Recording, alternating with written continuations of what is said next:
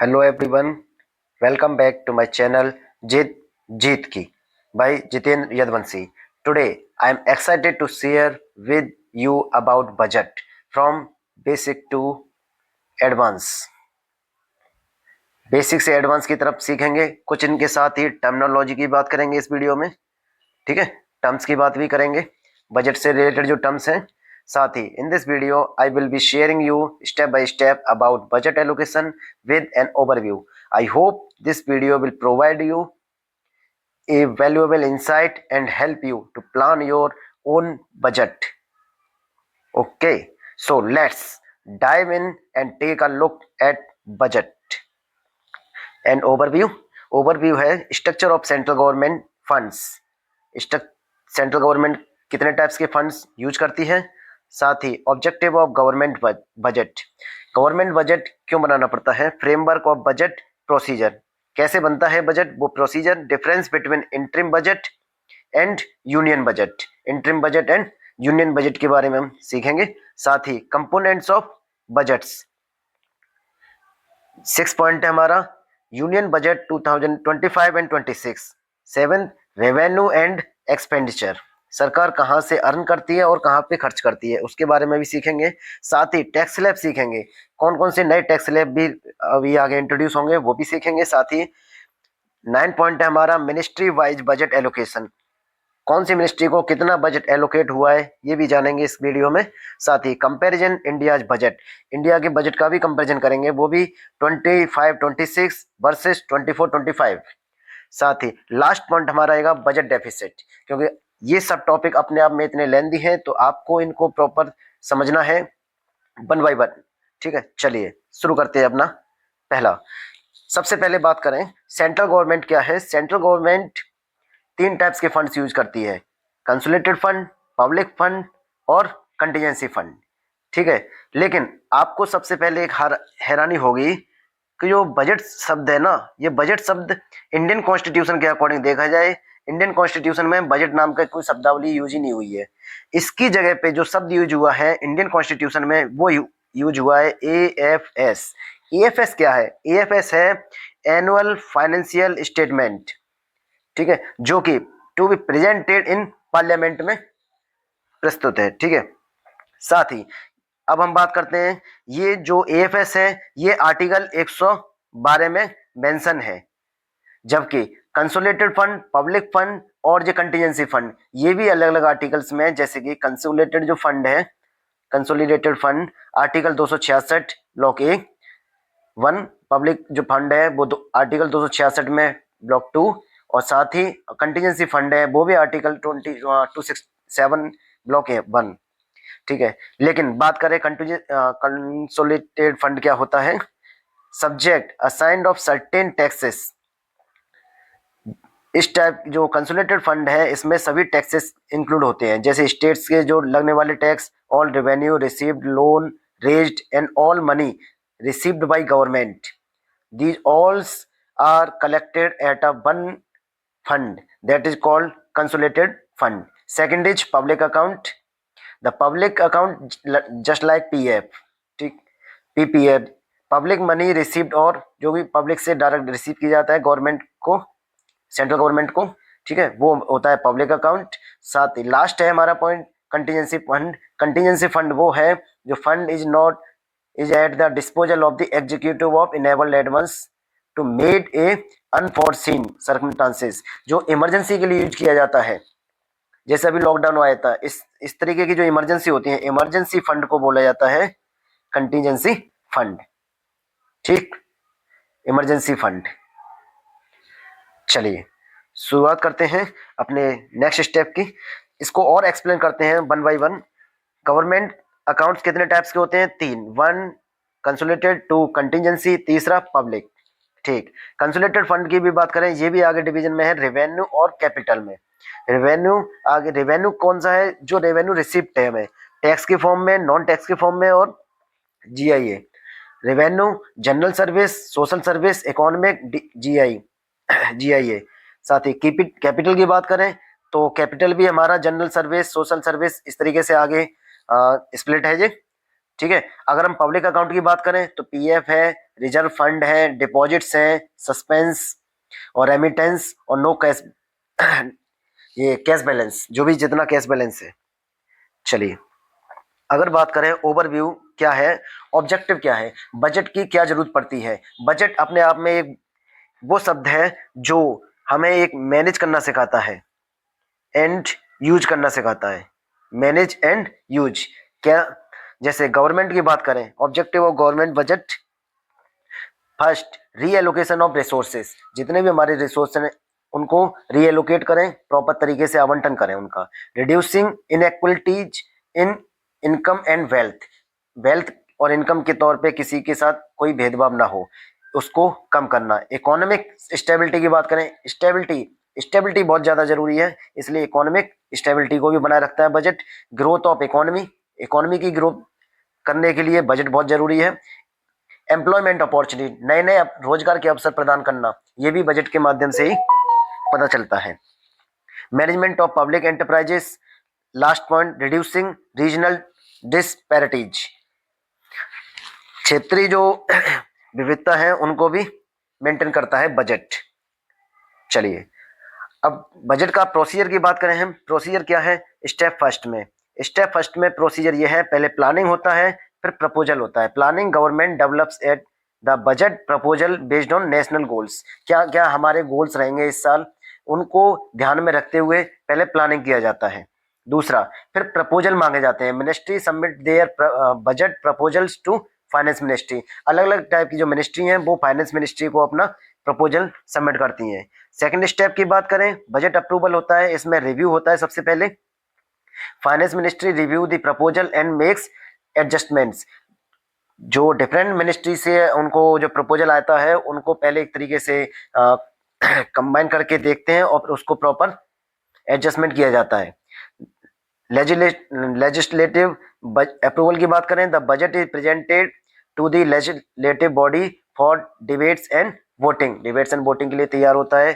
Third step की बात करें, once approved the budget is executed by government agency, एक बार अप्रूव्ड हो जाता है तो गवर्नमेंट एजेंसी को आगे फॉरवर्ड कर दिया जाता है। साथ ही मॉनिटरिंग किया जाता है किसके द्वारा, it ensures that spending aligns with the budget and go and to avoid deviations. Fourth step की बात करें, ऑडिटिंग एंड अकाउंटेबिलिटी, ऑडिटिंग भी की जाती है। ऑडिटिंग में बात करें, independent auditors review financial transactions to ensure compliance with budgetary regulation. Accountability की बात करें, government of officials are held accountable for the use of public funds. Last step में बजट एडजस्ट होता है, कैसे, इवैल्यूएशन के तौर माध्यम से, जैसे कि assessments are conducted to determine the effectiveness and impact of budgetary spending. Last adjustments based on the evaluation adjustments may be made to future budget, तब जाके कहीं अस्तित्व में आता है बजट का प्रोसेस। इस लंबी एक बजट को एक लंबे प्रोसेस से गुजरना पड़ता है। ये 5 स्टेप दिए गए हैं। आगे बात करें हम डिफरेंस की, यहाँ क्या है, हम डिफरेंस की बात करें, इंटरिम बजट और यूनियन बजट। आपको पता होगा जब गवर्नमेंट नहीं थी उस समय, यानी इंटरिम बजट की बात करें, इंटरिम बजट क्या है, फ्यू मंथ्स, यानी जब कोई इलेक्शन से पहले की जो बजट पेश किया जाता है वो हमारा इंटरिम बजट किया जाता है। जैसे बिफोर इलेक्शन से, जो कोई जरूरी नहीं है मैंडेटरी हो बाकी, लेकिन जो इंटरिम बजट है वो फ्यू मंथ्स के लिए होता है। वहीं बात करें फुल बजट को एक तरीके से यूनियन बजट भी बोल सकते हैं हम, ठीक है। ये क्या है, ये परमानेंट होता है और वो भी एक एंटायर ईयर के लिए होता है। एंटायर ईयर के लिए बात करें तो कैसे, कि ये 1 अप्रैल से लागू होता है, ठीक है, और 31 मार्च, यानी अगर 1 अप्रैल ये लास्ट ईयर होगी और ये नेक्स्ट ईयर होगी, ठीक है। जैसे कि अभी हम बात करें 2025-26 का जो बजट आया है तो ये 1 अप्रैल 2025 से लागू होगा और ये रहेगा 31 मार्च 2026 तक लागू रहेगा ये, ठीक। चलो यही है यूनियन बजट और इसमें नो इलेक्शन और ये मैंडेटरी है। The interim budget is A temporary, कैसा होता है इंटरिम बजट, टेम्परेरी होता है, जबकि ये कैसा है, परमानेंट होता है। The interim budget is a valid for the transitional period of the elections only, it is replaced by full budget. Interim budget का रिप्लेसमेंट किसी किया जाता है, यूनियन बजट से। ठीक। The through interim budget A temporary permission is granted to the form of vote on account of for making government expenditure. A full budget is a comprehensive roadmap for the entire financial year के लिए including major policy change if any. There is no provision for interim budget in the Indian. कोई provision नहीं है, interim budget आना ही चाहिए ऐसा इस तरीके से का। जबकि a full budget is a formal account of the government's estimated receipt and payments of the entire financial year for which it is presented according to the article 112। जैसे कि हमने लास्ट पीछे डिस्कस किया था, आर्टिकल 112 में जो शब्द दिया था हमारा AFS, उसी की बात हो रही है। Indian constitution A full budget must be presented in parliament each year by the finance minister on the last working day of February. पहले ये लास्ट वर्किंग डे में यूज अंतरिम बजट जो फुल बजट है वो प्रस्तुत किया जाता था। कब किया जाता था? लास्ट डे ऑफ फरवरी के लास्ट डे में। लेकिन जब से अब फिलहाल ये 2017 से क्या हुआ है, 1 फरवरी को यानी 1 फरवरी के पहले ही दिन ये प्रस्तुत किया जाता है। ठीक है। साथ ही बात करें अगले अपने यूनियन बजट की, हम जो डिस्कस करेंगे यूनियन बजट डिस्कस करेंगे। ठीक है, चलिए सबसे पहले यूनियन बजट या किसी की बात करें, बजट अपने आप में एक कंपोनेंट्स है। बजट के क्या कंपोनेंट्स हैं? रेवेन्यू बजट और कैपिटल बजट। रेवेन्यू बजट को आगे फिर स्प्लिट किया गया है, रेवेन्यू रिसीप्ट और revenue expenditure. Similarly capital budget also split in 2 parts, capital receipts and capital expenditure. Next, components of A budget, इसको थोड़ा और एक्सप्लेन करते हैं, एनहांस करते हैं। कैसे? रेवेन्यू बजट की बात करें, रेवेन्यू बजट रिसीप्ट्स और एक्सपेंडिचर, जैसे कि पिछले हमने देखा था। रिसिप्ट की बात करें, रिसिप्ट में क्या आता है? टैक्स और नॉन टैक्स। टैक्स की बात करें, इनकम टैक्स, GST, ये सब रिसिप्ट में हो गया। नॉन टैक्स की बात करें, कौन सी है नॉन टैक्स? जैसे कि इंटरेस्ट, प्रॉफिट, फीस एटसेट्रा। वहीं एक्सपेंडिचर की बात करें, रेवेन्यू बजट में एक्सपेंडिचर में तो expense incurred for government's daily functional service offer to public, जो भी सर्विस की जाती हैं वो सभी सर्विस क्या मानी जाती हैं? हमारी एक्सपेंडिचर मानी जाती हैं। ठीक। दूसरा, रिसिप्ट की बात करें, कैपिटल रिसिप्ट में आ जाइए। कैपिटल में loan from citizens, reserve bank of India and foreign government, जितने भी लोन अप्रूवल हुए हैं वो सब कैपिटल बजट में आते हैं। ठीक है।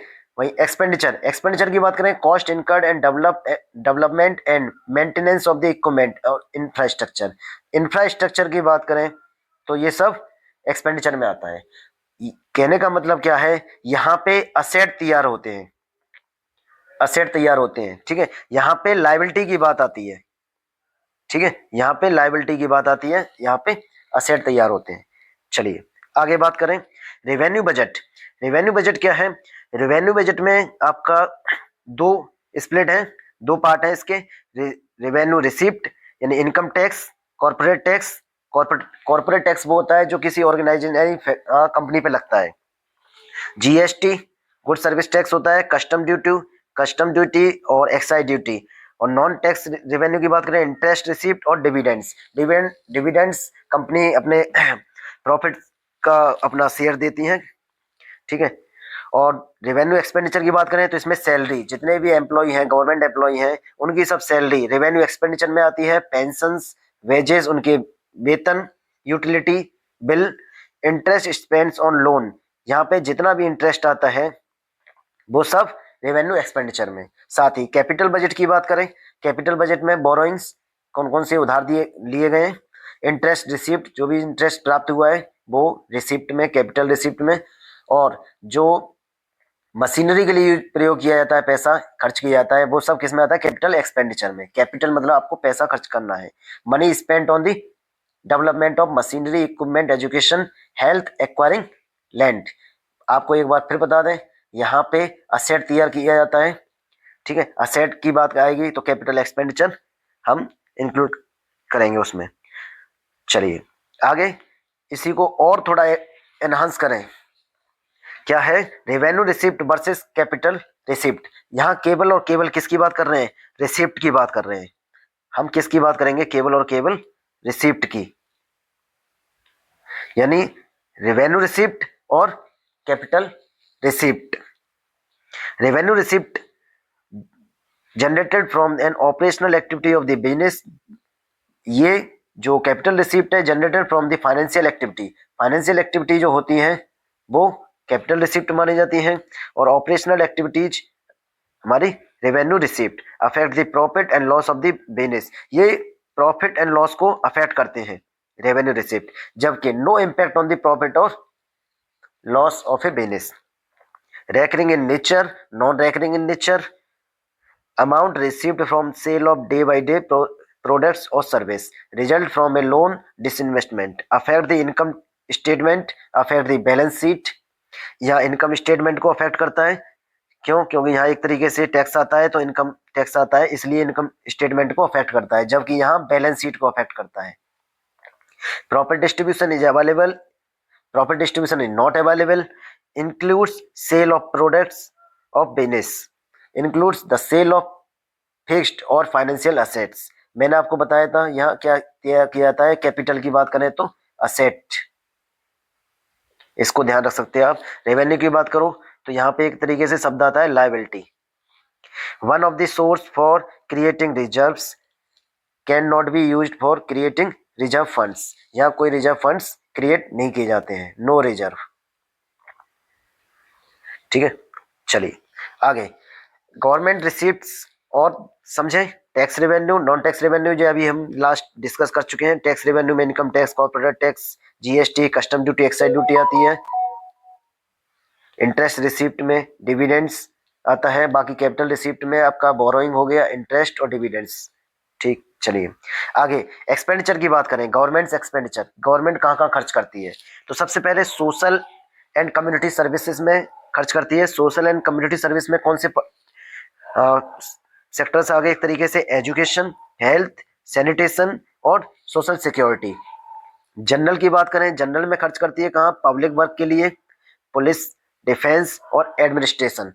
इकोनॉमिक की बात करें, इकोनॉमिक अपने इकोनॉमिक को ग्रोथ करने के लिए एग्रीकल्चर, ट्रांसपोर्ट, टूरिज्म और पावर एंड एनर्जी। ठीक, चलिए बजट गवर्नमेंट एक्सपेंडिचर, इसी को थोड़ा और एक्सप्लेन करने के लिए यहाँ दिया है आपको थोड़ा proper. Payment of interest, payment of salary and pension, grants, ये सब क्या है? कंपोनेंट्स हैं एक्सपेंडिचर के। ठीक, कैपिटल ये है कैपिटल एक्सपेंडिचर, ये है रेवेन्यू एक्सपेंडिचर। चलिए आगे, कैपिटल एक्सपेंडिचर और revenue expenditure just like previous में हम देख चुके हैं। The expenditure incurred for the creation of government asset, जो गवर्नमेंट असेट को तैयार करता है वो हमारा कैपिटल एक्सपेंडिचर है। ठीक है, जबकि जो लायबिलिटी मैंने आपको शब्द बताया था रेवेन्यू, आपको केवल और केवल दो शब्द पे ज्यादा ध्यान देना है, ये है आपकी लायबिलिटी। लायबिलिटी को तैयार करता है वो आपका रेवेन्यू एक्सपेंडिचर, और जो रेवेन्यू है और बाकी एसेट को जो तैयार करता है आपका capital. Capital expenditure are non recurring in nature, ये रेकरिंग है नेचर में regularly. Capital expenditure is called development expenditure, इसको डेवलपमेंट एक्सपेंडिचर इसीलिए नाम दिया जाता है क्योंकि ये असेट तैयार करता है, इसलिए डेवलपमेंट एक्सपेंडिचर भी बोल सकते हैं। जबकि revenue expenditure are called non development expenditure, क्योंकि यहाँ लायबिलिटी है। ठीक है, कोई असेट तैयार नहीं हो रहा है, इसलिए यहाँ पे कोई डेवलपमेंट नहीं हो रहा।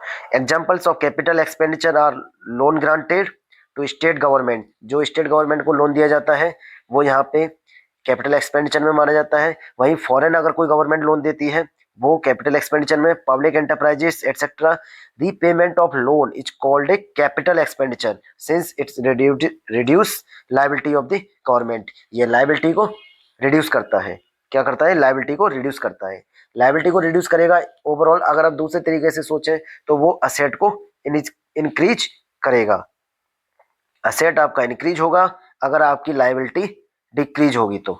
चलिए आगे, how to read the union budget, union budget को कैसे रीड करते हैं। फिलहाल हम जो बात करेंगे 2025 की बात करेंगे बजट की, और इसके साथ आगे भी हम कंपैरिजन देखेंगे। तो यूनियन बजट है हमारा how the rupee comes and goes. सबसे पहले बात करें जो रुपये है कैसे आता है, ठीक, और कैसे खर्च होता है, यानी कम एंड गो। इसको ही हम एक्सप्लेन करेंगे 1 रुपये के हिसाब से ही। बाकी अगर ये आपको सेशन अच्छा लगा है तो आप शेयर भी करें, लाइक करें, फॉलो करें, कमेंट करें या बेल को एल आइकन करें।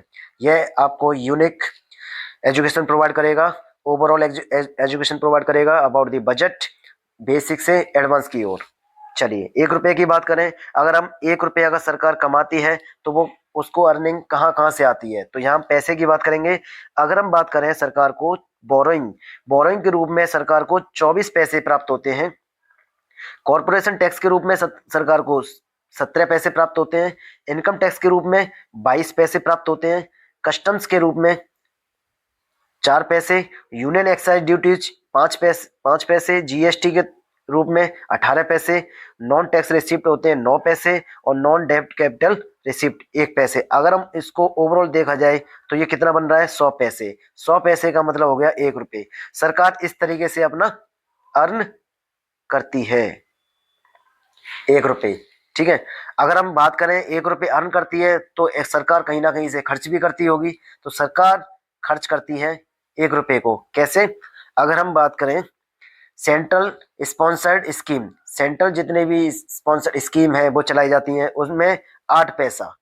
सेंट्रल सेक्टर स्कीम्स 16 पैसा। इंटरेस्ट पेमेंट, इंटरेस्ट जो लोन ले रखा है उधार कहीं दूसरे देश से या कहीं और से, तो उनका जो इंटरेस्ट देता है दे दिया गवर्नमेंट 20 पैसा। डिफेंस के लिए 8 पैसा। मेजर सब्सिडीज की बात करें, सब्सिडी प्रोवाइड करती हैं तो उनमें 6 पैसा। Finance commission and other transfers 8 पैसा। State share of tax and duties 22 पैसा। पेंशन के तौर पे कितना खर्च करती है, 4 पैसा। अदर एक्सपेंडिचर की बात करें 8 पैसा। इसको भी अगर ओवरऑल जोड़ा जाए तो ये भी 100 पैसा बनता है। तो ऐसे सरकार अर्न करती है और दूसरे हाथ से सरकार खर्च भी करती है, ठीक है। ये है हमारा 2025-26 के अकॉर्डिंग देखा जाए बजट में, तो पैसे के अकॉर्डिंग इस तरीके से सरकार ने अर्न किया है। अब उसका जो प्लान है 2025-26 में खर्च करने का सरकार का, वो ये प्लान है। इसके अकॉर्डिंग सरकार अपना पैसा खर्च करेगी। चलिए आगे बात करें source of revenue and expenditure of the government of India. Source की बात करें, सोर्स क्या है, central government expenditure, interest, transport. Interest है जो हमारा आ रहा है 12,76,338 करोड़, ये सब करोड़ में है, ठीक। दूसरा डिफेंस से आ रहा है इतना अमाउंट, पेंशन से इतना, ये सब एक्सपेंडिचर है, सरकार यहाँ यहाँ खर्च करेगी, ठीक है।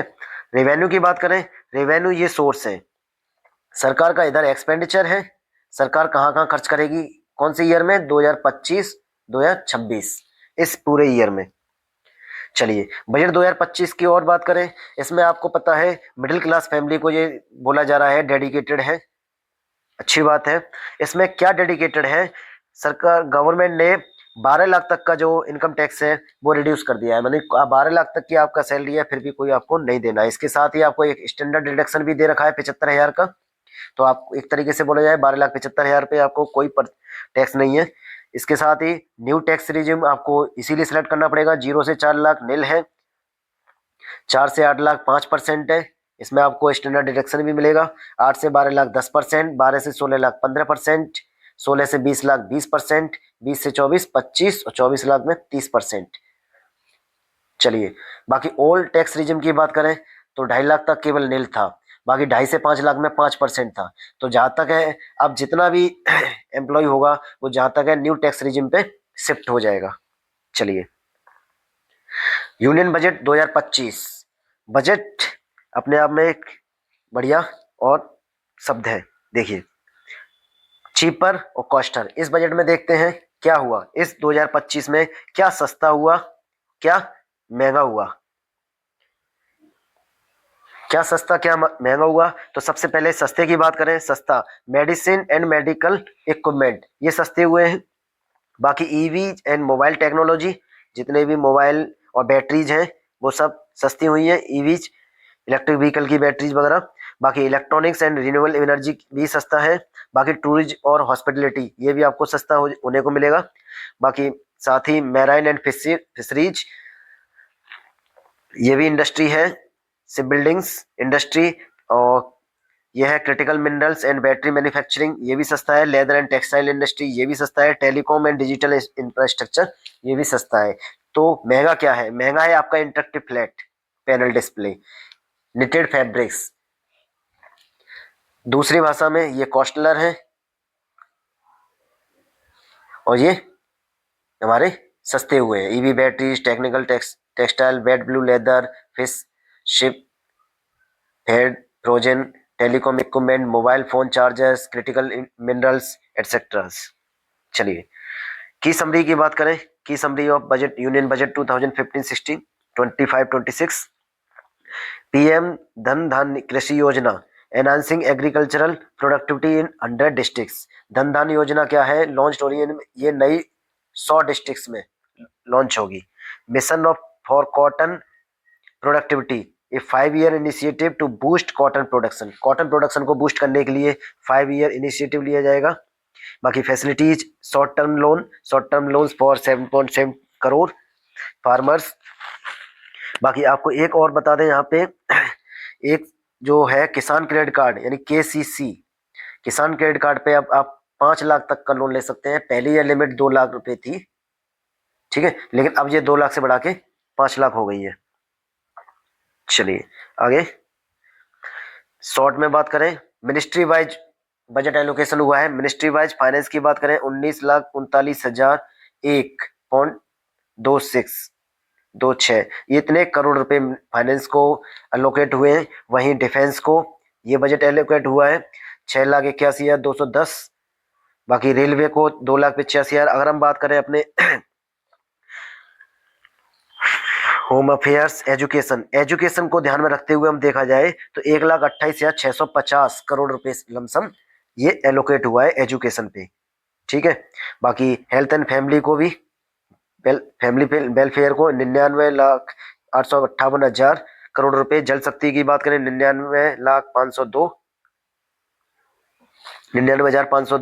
करोड़ रुपए, ठीक है।